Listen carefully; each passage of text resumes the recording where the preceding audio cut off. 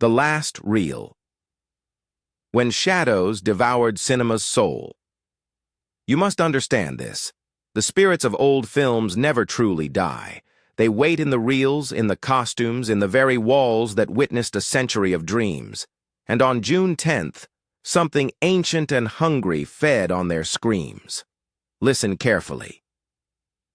The Odesa Film Studio stood like a fortress of memories, its 100-year-old walls breathing with the ghosts of every story ever told within them.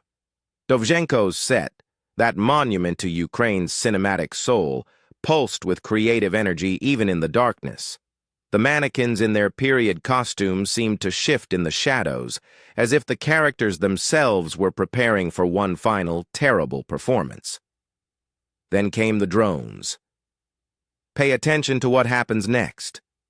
The first explosion didn't just destroy walls, it tore through dimensions of storytelling itself. The costume department erupted in flames that burned not just fabric, but the very essence of characters who had lived and died in those garments. A ball gown from a 1920s romance screamed as it dissolved into ash. A soldier's uniform from a war epic writhed like living skin before crumbling to nothing.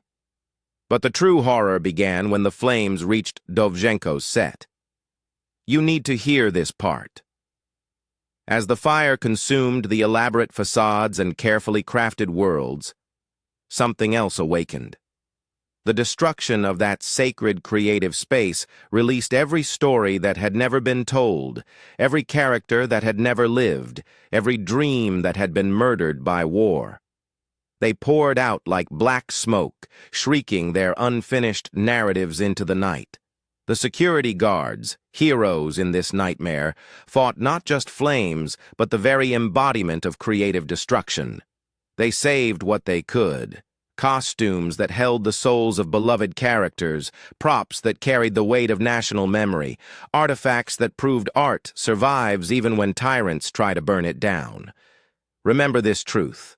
2 men died that night in Odesa. 9 others were wounded. A maternity hospital was damaged, where new life enters the world. The zoo was hit, where innocent creatures depend on human protection. The railway station, where people seek escape and hope. But the film studio? It was more than damaged infrastructure. It was an assault on memory itself, on the power of stories to keep a nation's spirit alive. The special effects vehicle, destroyed. Dovzhenko's set, obliterated. Yet the studio's statement rang with defiant hope. The fire was contained, the treasures saved, the people protected. Here's what you must do now. The shadows that tried to devour Ukraine's cinematic soul failed. Art endures, stories survive, memory triumphs. If this story made you feel the weight of what was almost lost, like this video. Share it to spread awareness of Ukraine's cultural resilience. Comment with your thoughts on how art survives war. And subscribe to hear more stories of courage in the darkness.